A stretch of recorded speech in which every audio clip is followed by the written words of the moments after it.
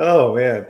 Good morning, everybody. It is Friday. You made it through the week. Thanks for joining us today. We really appreciate it. My name is Bryan Armentrout, and I am with the Food Leadership Group and the Food Safety Foundation.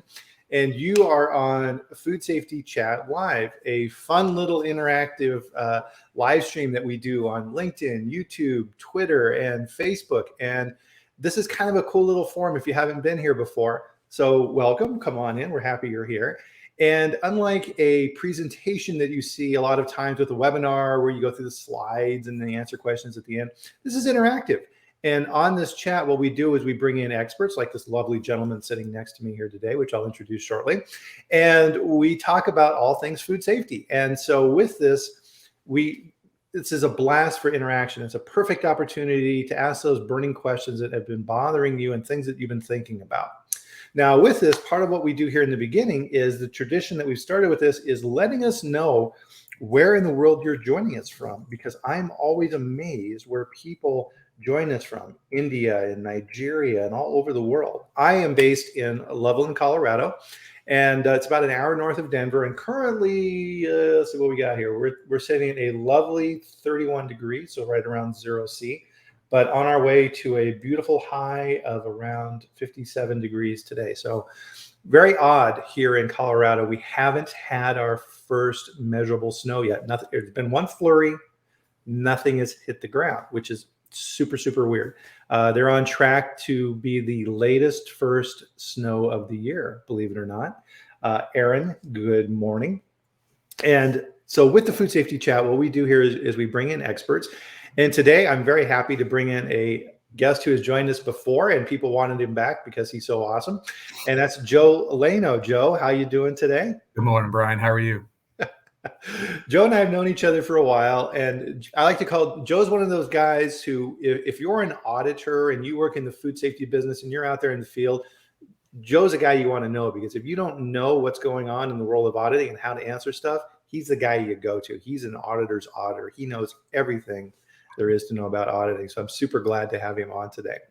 And Joe is, let's see if I get your title correct here. You are the compliance manager and senior food safety consultant with Comprehensive Food Safety. Correct. Fancy title. Love it. I like that. And Austin is joining us here this morning. Good morning, Austin. Our friend Bryan out in San Diego. Hot San Diego. Look at that. Very interesting. Tim, good morning from Minneapolis. Some snow, little snow. So it's on the way, as you would expect in Minnesota. So one of the things that I always do, Joe, every single time is I want to jump into our topic. I want to introduce our topic, but first there's something we got to take care of. And that is our morning sip of coffee. So I have my plain, boring, ugly black mug. And Joe, you have? I love it. I love it. Now, I thought that was goofy, but it's not. It's a cow. Well, yeah, we're well represented here. We have the mouse and a cow, and then we have okay, Pluto, and then the duck, and then everybody's here. So can't take things too seriously. Well, I've been to Euro Disney. That's the only Disneyland I've been to. So I'm kind of weird in that way, I guess. But we pulled them up here. We got to have a drink here. So everybody, please join us. We were talking about this a few weeks ago too. It's imperative when you take a drink of your coffee, right, that you make the noise after you drink it, right? You go. It's kind of like when you kiss your significant other, right? You gotta make that mwah noise. Because if you don't, it's weird. It's weird, right? It doesn't naturally make that noise when you kiss your wife goodbye in the morning, right? You gotta go mwah, right? But it doesn't make that noise. It's so weird. It's so weird.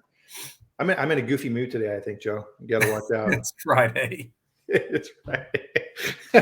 So today is a very interesting topic and something that Joe and I live and breathe every day, and that's audits, right? Third-party audits.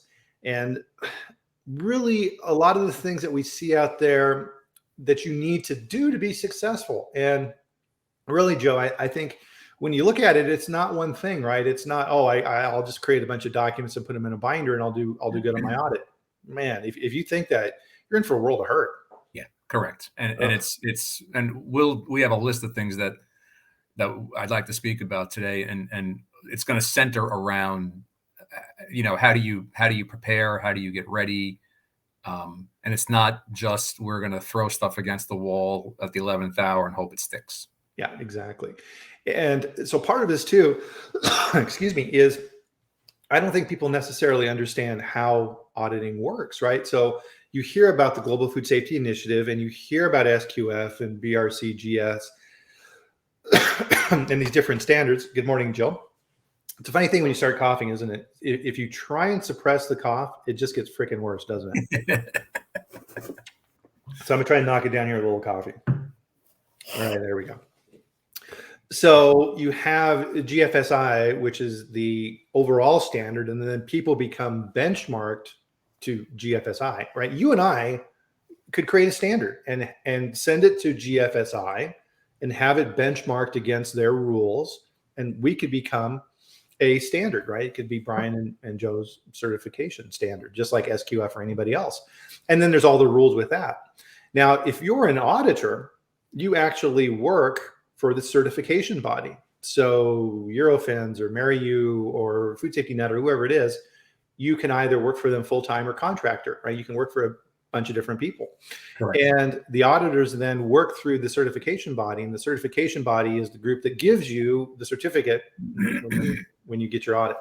And that's the people that you send the check to and all these type of things. And then you've got this network of checks and balances, right? So, which is why this is called an accredited third-party audit, because Correct. you've got auditors auditing auditors, and you have accreditation bodies and all kinds of fun stuff that goes on behind the scenes. So with that, right, we kind of wanted to dive in, as version 9 is now out now with SQF, and we're getting some feedback on what's working and what people are finding on that. We kind of wanted to go over some of the top mistakes people are making, but really we wanted to kind of get into how to be successful, right? Whether or not you are jumping into this thing for the first time, or you're getting recertified and you're a veteran and you've been going through all these audits, because these systems change all the time, right? Correct. And the first and everything you said was spot on. And the first thing we have to understand in putting together our program documentation, and I'm not a big fan of catchphrases, but it takes a village. There is no way one person is going to be able to put together an entire SQF BRC plan and a manual. It's going to take the involvement of a multidisciplinary team. Every department in the company needs to be involved in the process. It can't just be the FSQA person is going to put together a program. They'll need buy-in from maintenance and sanitation and quality and purchasing and engineering and HR, because HR does most of the training in most companies. So it really is it's a company-wide responsibility.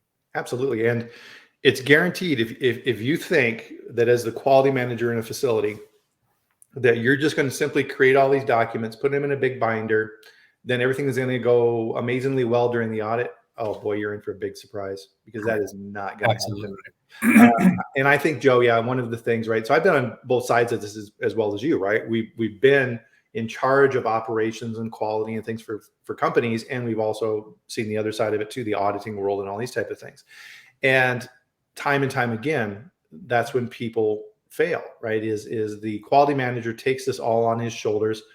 I mean, it's kind of like GMPs, right? If the quality manager puts together GMPs and here's what we're going to do and here's how we wash our hands, and nobody else agrees, it's going to fail, right? You just can't create a document and then think that just because you wrote it, everybody's going to do it. Right, exactly. Huge mistake. And auditors will start asking questions during the audit and start looking for proof that it's being done, and then that's when the non-conformances start flowing. Correct. And it's talking about, and this is probably a great place to jump in, about common mistakes that are made when in preparing for your audit. And it doesn't matter, again, at what level. It could be GMP, GFSI. The most common mistake that we see out there is, if this is your initial audit, that you just don't know the audit standard. And I don't understand why people would. I mean, this is a costly adventure. And I say adventure as opposed to adventure because it is an adventure. Why you wouldn't be as familiar with the audit standard as your auditor is. You know, the auditor will ask a question, let me see this program, and you'll go, oh, I did what that that's what I didn't know. So it's the auditor's job to know the checklist, but it's your job to know it as equally as well. Once we're a seasoned or a mature program, now it's the responsibility to stay audit ready. And this is another huge mistake that we've seen. And I'll bet you everybody on this call, I'm sure at one point you've either done this or you've worked for a company where it's the morning of day one of your audit and you're in the plan at 4:30 in the morning because we've got to get ready. You know, nothing good happens at 4:30 in the morning. And I don't know about where I can see where some folks live. I live in the country, and I live about 40 minutes south and west of Charlotte. I'm on the South Carolina side, and I can't go from here to there without tripping over wildlife. Mm-hmm. And, you know, being on the road at 4 o'clock in the morning, the only things that are out there are the deer, the drunks, and the police, and I don't want any part of any of them. So, and if this is your unannounced, this is another thing, if this is your unannounced audit year, you've got that 60-day window. Do you need to be going to work at 4:30 in the morning every day for 60 days? So the responsibility to stay audit ready, that's probably the single biggest mistake that we see in preparing, you know, for audits on the consulting side of our business. I expect my clients to stay audit ready, and the day of the audit, yes, get in there at 7 o'clock, do a walk around and make sure the rats are, you know, tucked away for your speech. But, you know, it's everybody's responsibility to stay audit ready. Right. And I think this really gets into the recognition, Joe, that everybody is seeing out there, right? This is you know, food safety culture that everybody talks about. Exactly. And is this how you actually run your business? Correct. We have clauses in the standard that are sometimes difficult to get everybody to go along with. Internal audit, right? Oh, geez, you know, you have internal audit teams and you're trying to keep track of it and make sure that people are doing them on time and things like this. It's hard, right? And if you are trying to jam all of that into the last month or so before the audit, there's no way. There's no way. Staying abreast of changes to the code is another big one. And everybody here knows that SQF rolled out edition 9 back in May. Of lesser known is these new amendments that they just launched on October 4th. And I've done, I just looked this morning, I've done in the 6 weeks since October 4th, I've done 8 audits already, which is a lot. Yeah, and of the 8, 4 of them had no idea about the amendment changes. So it's our responsibility as audit locations, as leadership, as consultants, as experts, as auditors, right, to stay abreast of these changes, and because they're going to impact you. And now the 4 amendment updates are now on the audit checklist. BRC is putting together their TAC to start discussing edition 9, which will probably see some, I would think, draft information in the spring with probably a next fall implementation. So there's changes coming, and these things constantly evolve, and it's our job to stay up to date with them. Yeah, no, that's a really good point. And if you're not staying up on these, right, because reading through the code is a lot, right? And there are little things buried in there that if you're not paying attention, they're going to get you. So, for example, food fraud and food defense. Okay, no, I've got my food defense program in place and all these type of things. And food fraud, we've got that where our purchasing group is taking a look at that and these type of things. But in the code for 9, it says you need to test those systems. So now the auditors are going to say, okay, this is great, hunky dory. You've got this food fraud program. Have you tested it? I would like to see where you tested this to see if it works. And the clients are going, what? Yep. Doing this. And then they point to the code and the auditor's like, see, yeah, right there. See where it says that in the code? Yep. What's the auditor going to do? He's got to write you up for that. You have to do it. And if you don't know what's there and you don't understand the code, to your point, Joe, you're in for a surprise. Right. And then whose fault is that? Okay. Yep. Ignorance is not a defense of the law. We know that. It's your responsibility. So I see some notes here popping up. Rodney, good morning. Brian, Kerry, Susie. Someday, and Brian, I'll tell you about this later. I had a run-in with Susie in the middle of an airport about a month ago. I'll tell you that later. But Kerry raises a good point. Audit ready 24/7. They had an unannounced audit on January 2nd. If it's not part of your blackout period because it was legitimately closed for the holiday, and now that's a brave auditor because that means they had to travel on New Year's Day. So they probably have a very understanding family. But if your plant is open, you're eligible to be audited. Another huge mistake that in talking about January 2nd, Kerry, is knowing your audit window. I so many clients that I work with on the consulting side, and then when I audit them, they have no idea when their audit window is. And I show them how your audit window is calculated, that it never changes, by the way. It's always 1 day out of 365, plus or minus 30 days either way. And people say, I didn't know that. Well, that's, again, the preamble to the SQF code, the preamble to the BRC standards, all of that Appendix 1, nobody reads that. And that's where all of the great information is. Yes, okay, it's important that you know the code. 1.5 and 3. That's great. Okay, but all of the stuff that goes into audit preparation, it's right there for you in black and white. Nobody reads it. So it's our responsibility as industry to know what, again, particularly when it comes to your audit window. Yep, absolutely. And on the blackout dates, just so people are clear on that, it's not a valid reason to contact SQF for your certification body, for your blackout dates and say, oh, I'm on vacation during that period of time. No, right? The schedule is not there to accommodate you, because the question back is going to be, okay, great, you're on vacation. Who's holding down the shop while you're gone? Absolutely. Right.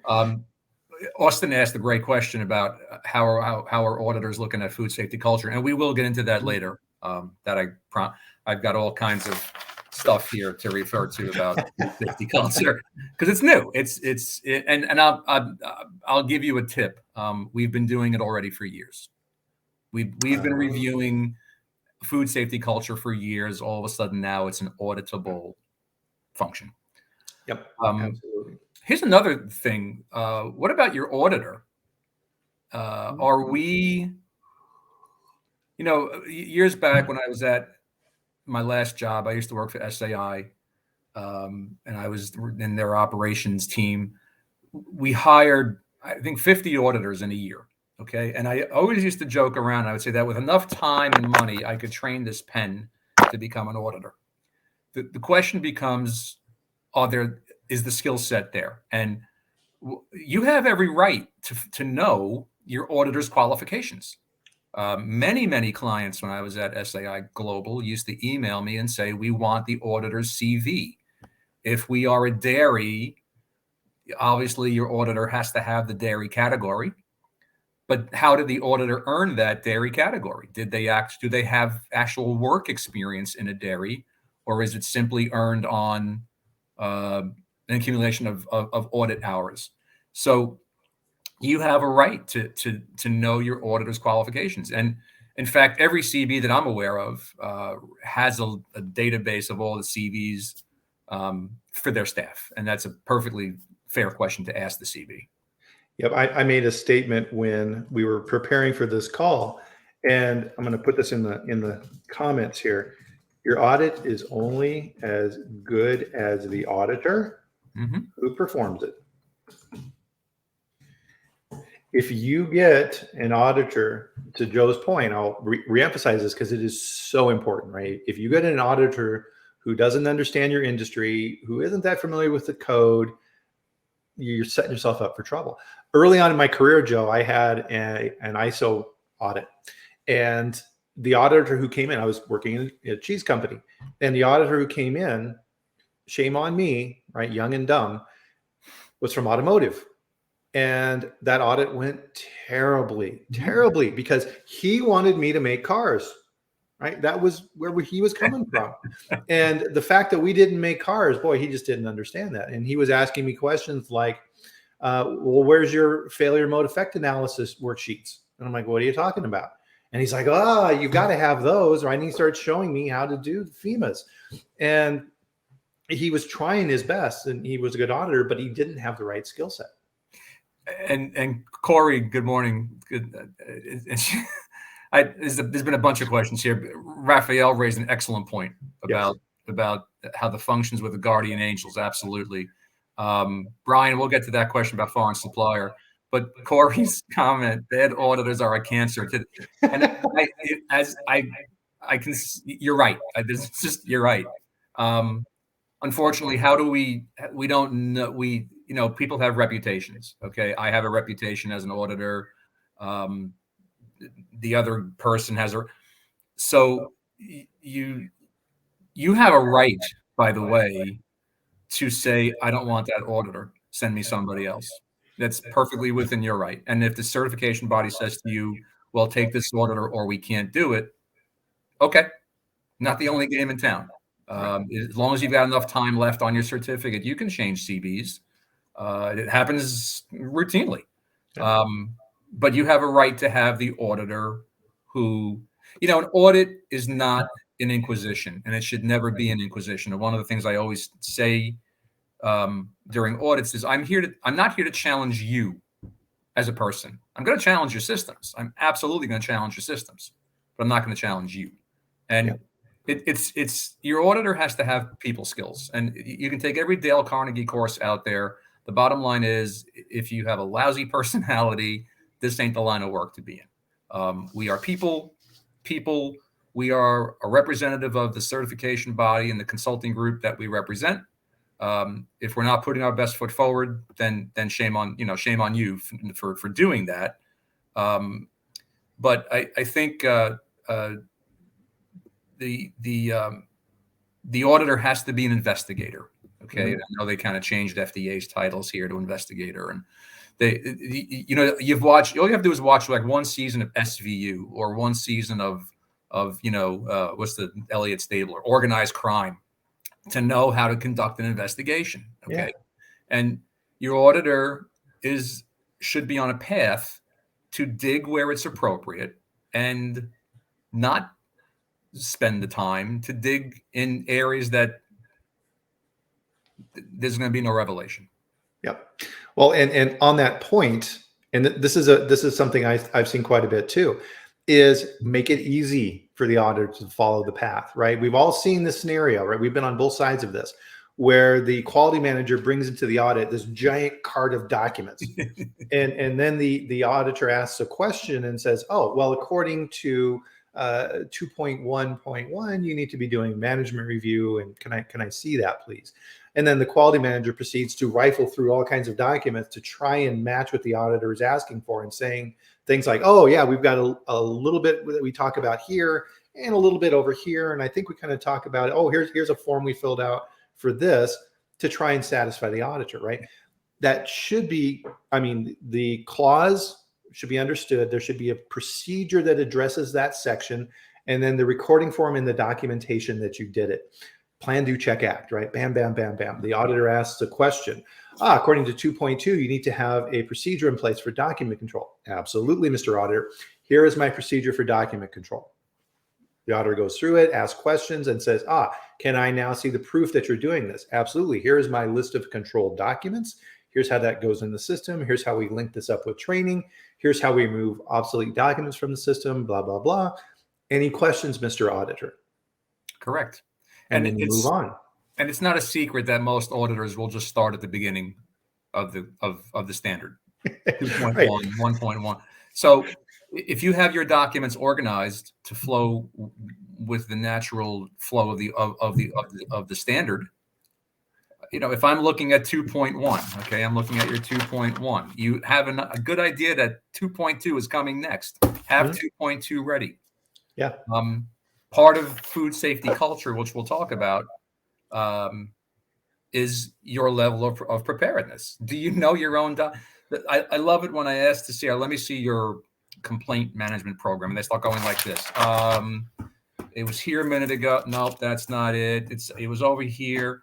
And then all of a sudden they'd leave the room and you hear frantic typing. All of a sudden, they spit something out and the paper's still hot.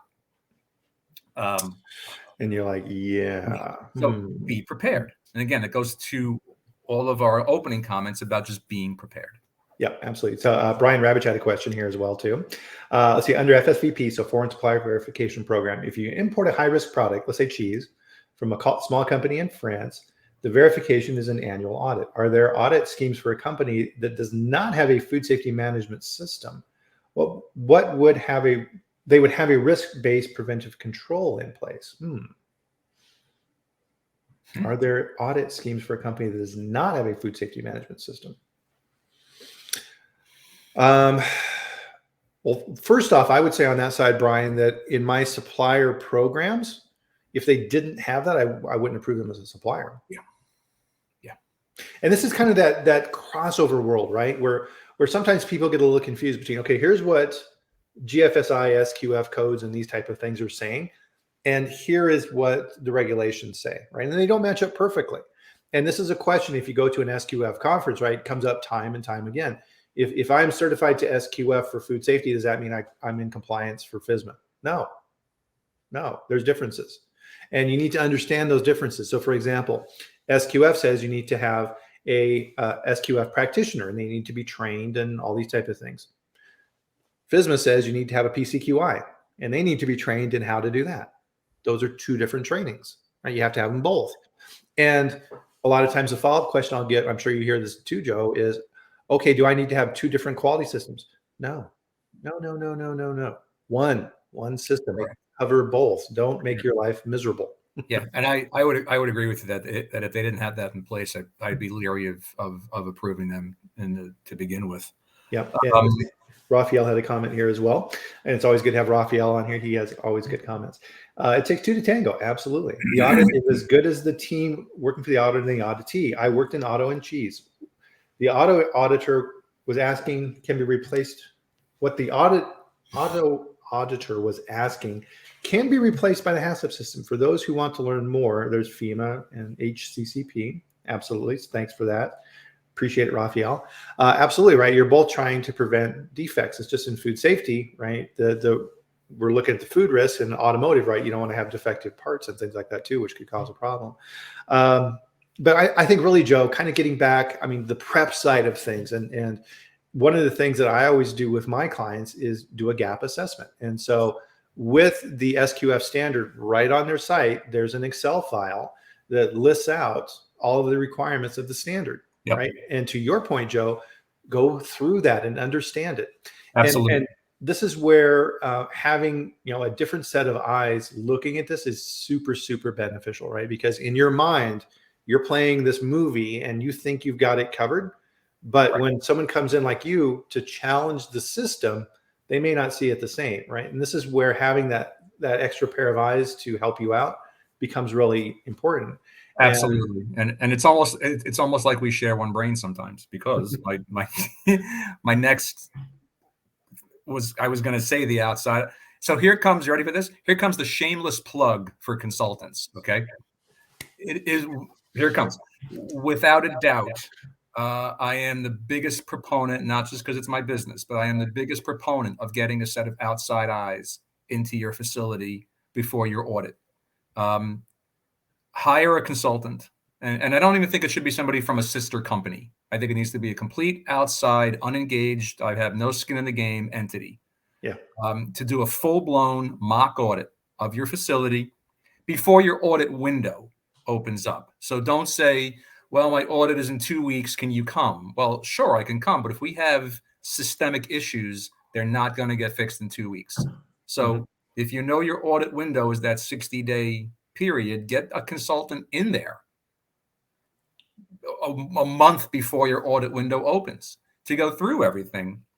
And this is where the use of that mock audit tool, and Bryan, to your point, your internal audit program, if you have a well-run internal audit program that's meaningful. And it's not just you just checking off the box. Yes, we're great. Yes, we're great. Oh, we're wonderful. It's going to do nothing but boost your score. Absolutely. And it's going to do nothing but make your programs more robust, and it's going to deliver a safer product.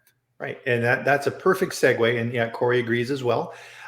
This is a perfect segue here for my sponsor, EAS Consulting Group, which I work with.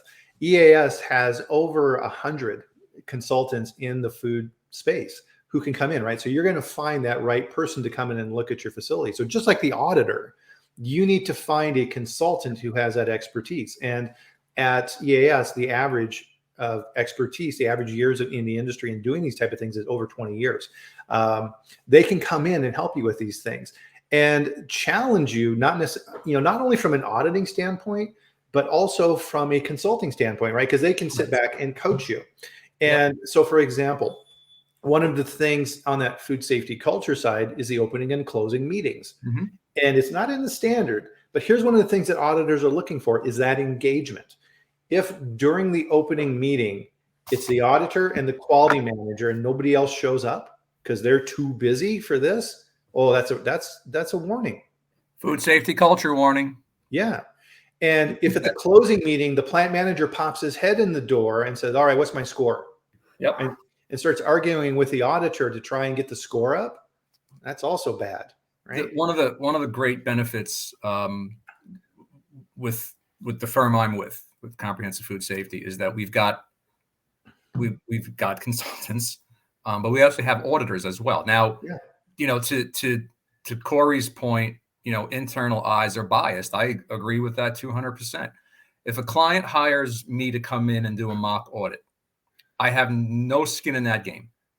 I am completely unbiased. I am completely objective. I don't have to worry about doing their audit because now I can't audit them because I've consulted for them. And I go in there and I say, listen, we're going to open up some boxes here. Mm-hmm. And we're going to make sure that everything's hitting on all 8 cylinders. But here's the good news. The results of that mock audit, it stays in-house. So there's nothing punitive to it. There's nothing damaging. Maybe some egos may get a little tweaked along the way, whatever. Okay. But getting those outside eyes, and I have to tell you right now, probably a third of my business lately has become doing mock audits. I have one coming up week after next for a facility, and their audit is coming up middle of December. They waited a little longer than I would recommend, but I'm just glad they're having it done. Mm-hmm. But the outside eyes are invaluable. Absolutely. And it's a tool to help you, right? Because for whatever reason as people, it's hardwired in our brains that if you have outside expertise that's coming in and providing an opinion that supports what you're doing, that gives you additional authority in the company, right? It helps to get that message out there. Right. And the consultant who was also an auditor can see things. I've got another selfless plug, a shameless plug for me. Do it. Whatever. I see things from both perspectives. Okay. I've been through in my career 1, 2, 3, 4, 5, 6, 7 SQF and 1 BRC audit as an auditee. So I see things as the auditee. I see things as the auditor. Now I see things as your consultant. So it can't help but just drive your programs forward. Absolutely. And having that voice that comes in is going to help then drive the rest of the engagement for the team, right? Because again, right, we're hammering this point. The quality management system at the plant or in your company or wherever is not the quality manager. It's the quality manager, the operation manager, plant manager, the purchasing manager, the R&D manager, everybody, right? If you're the person responsible for execution of the system, you're the manager of the system. You're not the owner of the system, right? And so as an example of that with the internal audit piece again, Joe, what I would always do with the internal audit is say, okay, we need to set up teams. And what I would do is with the quality management, and this depends on the size of the company, right? Because if you're wearing a whole lot of hats, that's just kind of hard. But let's say you're a medium-sized company. I would say to the quality manager who's managing the internal audit system, you don't audit. Your job is to manage the audit teams. And you're going to assign them to different elements. You're going to put together the teams. You're going to train the teams. you're going to get the corrective actions back from the audits of the systems, and you are going to be the one that approves or disapproves those internal audits. You need to push it that way. If you're just the person doing the internal audit, what benefit is there to that? This is the opportunity to get those departments engaged, because you also get benefits on that, right? Right. Exactly. Because if all of a sudden now the maintenance manager is auditing the procedures for procurement, they get a better understanding of how that works, because part of human nature is to minimize what other people do, right? Mhm. The maintenance manager looks at the procurement manager and says, what an easy job. All you got to do is punch in some orders in the morning. You meet some vendors for lunch, you get a free lunch, and you go home early. Man, I would love being the procurement manager. Well, it works the other way too, right? The procurement manager says, the maintenance manager, he just sits in his office all day and barks orders at his maintenance guys to go out and do stuff. And then he orders parts at the last minute and expects me to get them. Man, I wish I was the maintenance manager. My life would be so easy, Exactly. right? No, it's not, right? You don't see all those nuances. And so it's a great way for that management team to get a better understanding of what everybody else is doing. Absolutely. One of the next stages or phases now in the audit process is what happens if you're issued a non-conformance that you just think is wrong. Mm-hmm. And, the old guy's crazy. He hasn't worked in industry in 52 years, or an issue is cited as a major when it clear. How do we all know, first of all, what the appeal process is? And it's your auditor is supposed to, at the closing meeting, review the appeal process. Part of every closing meeting needs to be about that. And I think we understand that closing meetings at the end of the audit should never be this hour-long thing. I've never had a closing meeting that goes longer than 30 minutes, because the auditor's job is to keep you abreast of things as they develop. We don't wait till 4 o'clock on day 2 to give you a laundry list of everything I've written up in the last day. No, that's not the way to handle it. Do you all know what the appeal process is? And I always say it's like you don't argue with a cop. Okay, when he pulls you over and he gives you a ticket, he's wrong. Don't argue it, because it's just going to make it worse. Okay. Go to the appeals process. If you get a speeding ticket that you think is not legit, the appeal process is you go to court and fight it. You still may lose, but you have your say. Similarly, with the appeals process, this is your opportunity. Now, if it's a legit non-conformance, it is what it is. Take your lumps. I've worked with 3 clients in the last year and a half on appeals to non-conformances, and we were fortunate. We had all 3 of them overturned. Mm-hmm. We had 3 majors. 2 of them were downgraded to a minor, and 1 was eliminated entirely. Yeah, because we followed the appeal process. And if you base your appeal on science or the code, you have a much better leg to stand on than if you base it on opinion. Okay. That's a really important point, right? And this gets back to what you had said earlier, Joe. You have to understand that code better than the auditor, right? You have to know exactly what that code expects and nothing else, right? So a lot of people probably don't know this process of how this works. So you hire a certification body who brings an auditor in, performs an audit. Well, okay, great. What happens next? So that audit is in draft form. And if it's a good auditor, they always say this during the closeout, which is, okay, here's my preliminary report. And to your point, Joe, there should be no surprises in the closeout meeting. Everybody in that room should already know what non-conformances the auditor is going to talk about. Yep. Yep. And the auditor will say, okay, here's what I found. I had 4 minors and a major, and they go through the draft. And the auditor will always say, this is the draft score. This needs further steps to go through before it's finalized. Well, what are those next steps? So what happens at the certification body is that draft audit goes to technical review. And that's what somebody like Joe had done in the past, right? It goes to an expert in the office who then takes a look at that audit to make sure that that auditor did things correctly. So are they citing the right elements in the standard? Is what they're saying makes sense? As somebody who wasn't there, can I read through this and understand why the auditor wrote them up for what he wrote them up for? And once that technical review is done and there's a back and forth process between the auditor and the technical manager, then it moves on for final certification, certificate issuance, and all these type of things. And to Joe's point, that's the person at corporate who in most cases is looking at that and deciding whether or not how they wrote that up was correct or not. And that appeals process links you as the auditee into that process to make sure things are going correctly. Everybody wants the audit to be right, right? And people are people, right? Auditors are people. And they bring to the table the way they look at things. It's human nature, right? Because part of this, Joe, is who's an auditor, right? A lot of cases, it's people like me, right? Worked in industry for a long time. They retired, they're bored. They, you know what, I'm going to become an auditor. So they go through the criteria and they get their hours and their auditing, benchmarking, and the certifications, and they take the classes and they become an auditor. Well, all of the things that I've done in the past, I bring that with me, right? And so you need to watch out for that, because a lot of times you'll hear during the audit where the auditor will say something like, well, you should really do it this way. Ooh, that's not good, right? The auditor is going over in the consulting world. Right. So one of the things, and so everybody, please remember this and write this down and burn this into your brains.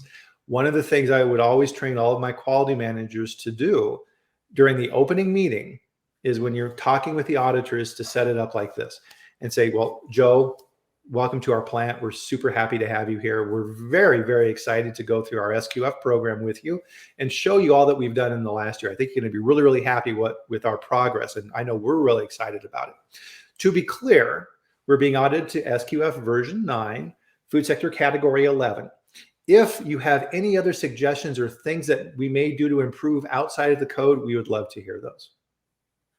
Pretty innocuous statement. But what that allows you to do is this. It's a diplomatic way to keep the auditor in scope. Correct. So if the auditor starts going off the reservation and starts listing things that he thinks you should be doing because that's how they want it, but it's not part of the code, you can bring them back on and say just something along the lines of, well, geez, that's okay. I hear what you're saying, Mr. Auditor, but I'm not sure where that is in the code. Can you show me where that is in the code? And then the auditor may say something along the lines of, well, it doesn't exactly say that in the code, but you should, fill in the blank. Absolutely. Then you can say something along the lines of, oh, great. So this is a suggestion for improvement. Thank you. Right. And if they keep pushing on that, this then becomes a basis then for the mechanism we're talking about, where you may appeal that with the certification body. So Shirley, and hi, Shirley, thanks for stopping by. There are a lot of auditors that do it for money. I've experienced auditors who have passed comments on regretting they took the job. Well, listen, we all have our days. I was in Iowa this week, and on my flight home last night, I don't know if you guys saw, but there was a weather system that went from like the North Pole to Mexico, and I had to fly through that to get home last night. And on my approach into Charlotte, I began to think I took the wrong job, that I should just like go flip burgers at a restaurant, because I thought at one point we were going to meet Jesus on it. So we all have those days where, we should maybe. My dream job, I just want to sell flowers at Lowe's. That's all I want to do. And when it's cold out, I'll move into the paint department and call it a day. And that's a good point, Joe. I want to just kind of elaborate on that a little bit, because part of this, right, is what we need to remember is what we talked about before. Auditors are people. And man, if you're an auditor and you're good, you're in demand, which means you are traveling all the time. Mm-hmm. Right? And the headquarters, the certification body, is trying to schedule you as efficiently as possible. So if you are going to Iowa for an audit, right, they're looking at that and saying, is there anybody else that Joe can go visit in Iowa while he's there? So we're, minimizing our travel costs, and we can be efficient for our customers and all these type of things.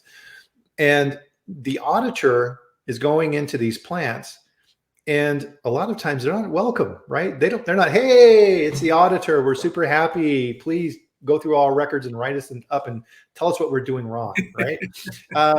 In some ways, it can be adversarial. And so put yourself in the shoes of the auditor, right? That's a lonely job, right? You're going in there and you're traveling and you're in the hotel rooms and you're flying through storms to get home. And then you got to write up your reports from the audits and all these type of things, right? So being an auditor is not easy. It's a challenging job. And then if your auditor is active as a consultant, and I'm leaning across my desk here, they've got clients that they have to work on, and this is everything. Where's my camera? This is everything that has to get done today before I can start happy hour. So it's a busy life, but it's it's rewarding, and you take a job knowing that not every day is sunshine and unicorns, right? Yeah. Well, and part of this gets back to what I've talked about before, Joe, which is why do people become quality managers? There's easier ways to make money. And you do it because you care, right? You want to protect the food supply. You want to make sure that your grandkids' food is safe. You want to help contribute. It's the same with auditors, right? They're doing this because they care about food safety and food quality and the same things that you care about. And being able to bridge that and get that understanding and realize that you're both doing the same thing, you're just approaching it differently, and they're there to help you, right? And looking at it that way, you're going to have good results, right? It's going to be beneficial and it's going to help you improve, which is what you want anyway. Yeah, right? I agree. And there are people on this call, Bryan, that you and I know that have personal family connections to food safety incidents, and it changes their life. So we do this for the reasons why we do it. What I wanted to, if it's okay, what I want to move on to is some of the top non-conformances that we're continuing to see, because I know we're getting a little bit on here in the presentation. Yeah. And without spending, I could easily spend another session talking about all of these. Just the top couple of minors that continue to pop up across both BRC and SQF, and then the top few majors that pop up. So the number one issue that continues to pop up is facilities that are high risk not conducting air quality testing. Yes. And the majority of facilities, particularly in the bakery world, have always conducted routine air testing for mold, where the bread's going moldy. Where's it coming from? But that continues to be a thing. Under cleaning and sanitation, lack of detailed SSOPs, which I find interesting in this day and age that we're still running into that kind of a problem. Walls, floors, and ceilings, doors. Rounding out on the minors is your annual food defense challenge, forgetting to do it. Okay, I don't really know why. If you're following an internal audit schedule, it should be there as a reminder to do it. But and here's another question, by the way, that I know I'm getting a little off the beaten path. When you folks conduct your crisis management test, we can just throw a yes or a no in the comment section. Do you think conducting a fire drill is a test of your crisis management plan? Because I want to see the answers, and then you're going to get my opinion. But here's interesting. Of the minors that I just mentioned, 4 out of the 5 top minors in SQF come out of module 11. So what's that? I guess what that says is our facilities, they're not getting any younger. The structures aren't getting any newer. Settling, shifting, cracking, walls, floors, that does not seem to ever go away. Look at all of them. See everybody. Oh, this is great. Yep. Everybody. Thank you. And listen, coming from Rich Gibson, him telling me no, now I'm going to sleep well tonight. A fire drill is not a crisis. The crisis management plan is there to test the unforeseen that can put you out of business. If you fail your fire drill, it doesn't mean, okay, it's like if the asteroid falls out of the sky, what do we do? Awesome, great. On the major front, and I find this interesting as well, 4 out of the top 5 majors come out of module 2. So here we are in our first year now of SQF. It's not a new thing. There were a lot of changes to Edition 9, a lot of substantive changes, but nothing earth-shattering. And number 1, topping the list, is having a lack of an internal audit program, which again, I just kind of shake my head and go, whoa, okay. No HACCP plan, no food safety plan, and knowing the difference between when you need a food safety plan versus when you need a HACCP plan. I would still say 9 out of 10 facilities that are under FSMA regulation don't have a food safety plan. We have a HACCP plan. Well, SQF or BRC doesn't care. Well, right, because SQF and BRC are international standards. If FDA walks in the door and you don't have a food safety plan, they're going to care. Oh, yeah. Validation and verification programs lapsing and missing. Pest activity not being recorded, not being analyzed, not being trended. This is the job of your pest control company. Yeah. And a good pest control company, that's a given. That's just a given. Just like we have to trend our complaints, you need to trend your rodent activity to see where are our hot spots in the plant. Oh, absolutely. Yeah. And on that point, really quickly, right? Just like an auditor, your pest control program is only as good as the PCO who's coming to your plant, right? You need a good one. Absolutely. Rounding out the bottom, and this is to our earlier comment, food safety culture. So food safety culture is one of the most, how do I say this nicely? Because, well, it's one of the most overhyped elements in the code.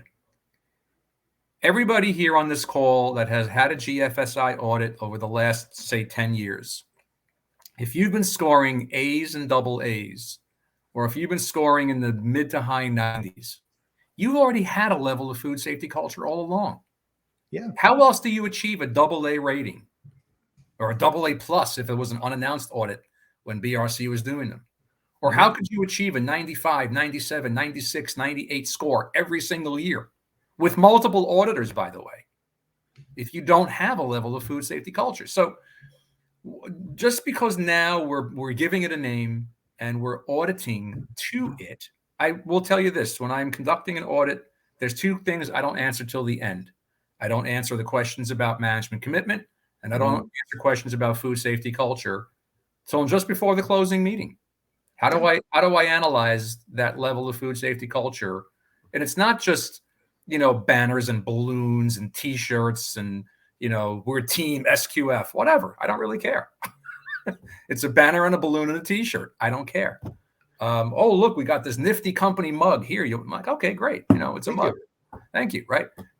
Food safety culture, to your point, is, and I don't expect the plant manager to sit with me for 16 or 24 hours. Okay. But I do expect the plant manager or the senior person at the facility to pop in regularly. Hey, how we doing? How we doing? How we doing? Do the practitioners have a grasp on things? Do I ask to see document XYZ, and before the words are out of my mouth, they're sticking it in my face? That's food safety culture. So how auditors are addressing that, and how your consultant, by the way, should be positioning you, is that it becomes part of life. It becomes part of your, how do we maintain our program day to day? That's your food safety culture. It's not bad. I just was at a facility and, banners and balloons and right. Great. It looks good. All the money you spent on banners and balloons, maybe you could have put that towards a training program, or maybe you could have put that towards, a new floor scrubber because the old ones. So it's, we are seeing recalls from many companies that have received high ratings year over year. True. And that was, thanks to Austin and Corey, because I was going to touch on that. And I mean, look at PCA. It's like the prime example. They did great on their audit, and PCA became PCA. It's how they got to that 95 score. Okay. Is it smoke and mirrors? Did they shut down for 2 weeks before the audit to paint, scrape, clean, create paperwork? And unfortunately, sometimes we just don't know that. Okay. So to Corey and Austin's point, we're seeing there's a company out there. It's had 7 recalls in 5 years, and they're a pretty big name company, and I'm sure they do well on their audits. So its culture is about what we're seeing when we're at the facility. And listen, we've all got that sense that something's right, something's not right. We're getting a snow job. they're trying to, during the facility tour, they're trying to steer you one way. No, that's nothing over there. Well, if there's nothing over there, then I'll look at it and it'll be nothing. Right. So to their point, companies are great at audits. They just have problems delivering. Mm-hmm. Yeah. So good auditors pick up on that, right? Mm-hmm. So you're talking with managers. Let's say you're talking with the maintenance manager, and he's like, "What? SQF? Yeah, okay, yeah, whatever. Yeah, we got some documents for that, right?" You're like, "Oh," as the auditor, you're picking up on that. If you go out in the plant and the guys on the floor and the gals on the floor look at you and they're curious and they ask you who you are and they're happy to explain what they're doing and they're engaged, right? That's a big thing. If you walk in the door and everybody goes shunk, right? And the eyes go down and they avoid you, that's a big thing too, right? These all kind of tie into these cultural elements, right? And which is why you can't assess that until you get an understanding. Absolutely. And Corey is just hammering away here with these terrific points. She worked at a facility that turned off the metal detector and still got a AA. Wow. One of the things that I when I work with my clients, I say, what is the biggest single measure of your success? And it's not, and to everybody's point here, it's not your audit score. Your audit score is not the single biggest indicator of your success. One of the thoughts can be your single biggest indicator of success is, are you implicated in recalls? Are you delivering safe, wholesome product? And I think that is the truest indicator of a good level of food safety culture. You've produced millions of pounds a day with no issues, no illnesses, no reported illnesses, no recalls. Right. And that's a good point. And right. Some people view the audit as a game. Am I going to pass the game? Am I successful at hiding my skeletons in the closet? Can I fool the auditor into thinking we have a good plant? No. Right. What we need to remember in quality assurance, food safety, all these things that we're talking about is if you're working in this field, you have a higher calling, right? You may work for a company, but your responsibility is above that, right? You are responsible for those consumers. You're responsible for those children that are eating your products. Right? You need to manage it at that level. And you need to then drive that through the organization and make sure that they understand that. The goal is not to get product out the door. The goal is to produce safe food above everything else. And you need to understand that. Absolutely. And I think this kind of gets into, and man, yeah, time flew on this, Joe. This is where, look at the comments are flying. We love it, guys. Thank you. We'll keep going here because these comments are amazing. What is investment in food safety? It's so dangerous for upper management to refer investment is not needed due to scores. Absolutely. I like Austin's comment. Hey, a little bit of metal mesh in our food builds character. Builds character. Food safety culture requires all departments to be engaged and active in food safety. Absolutely. Here's a little interesting stat. So I was doing some review of recalls for foreign material. Did you know, Joe, that right around half of the foreign material recalls are for non-metal? It's the other stuff, plastic and gaskets, gaskets, those type of things, right? What are you doing about those, right? You need to understand this. And this is where, again, right, so shameless plug again for EAS Consulting. This is where having an expert like this comes in handy and keeping up to date on these type of things. And watch this. This is awesome. So got my little banner here. Look at that. So as part of the sponsorship, and I'm super grateful to EAS for this, is they've given me a code, my name, Bryan. I don't think it needs to be all caps, but you can use this promo code. You can go to EAS Consulting Group's website and take one of their training classes and get more information on this stuff. And they'll give you 15% off, which is awesome, right? So thank you, EAS, for doing that to help spread this message out there. Man, we got to wrap this up, Joe. Any closing thoughts or comments that you would like to end on this? Because I know we could talk about this for another 2 hours. But yeah, no, I appreciate you again having me on. All of the comments today have been just top flight. We have people in the room who are a lot smarter than you and me, I think, especially me. But and I'm glad we got into the food safety culture thing, because the way I was taking it, I was steering it towards great scores don't really mean anything. Right. but no, I think I hope this gave everybody a little bit of sense of how to stay audit ready, the value of an outside pair of eyes, the value of an internal audit schedule that's meaningful, and obviously, there's so many things that go into being audit ready. I mean, we could talk for hours about it. Yep. So as the tip of the spear in this whole process, I'm assuming you're the person on this call who's responsible for the quality system. You need to be engaged, right? And you need to continuously improve your skills. And one of the things, Joe, that I put together is there's this cool platform called Locals. And I just put the link in there for that.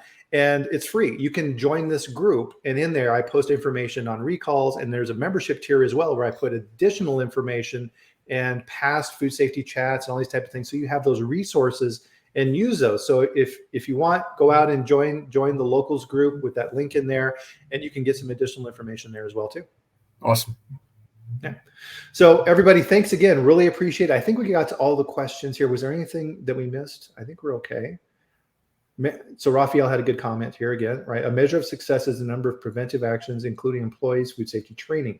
The goal is preventive more than points. Yep. Correct. Good way to end. Good way to end. Absolutely. Well, Joe, awesome as usual. I love having you on. Your insights are always just top notch. And everybody, thank you, right? The only reason this chat is successful is because of you. We love getting these comments.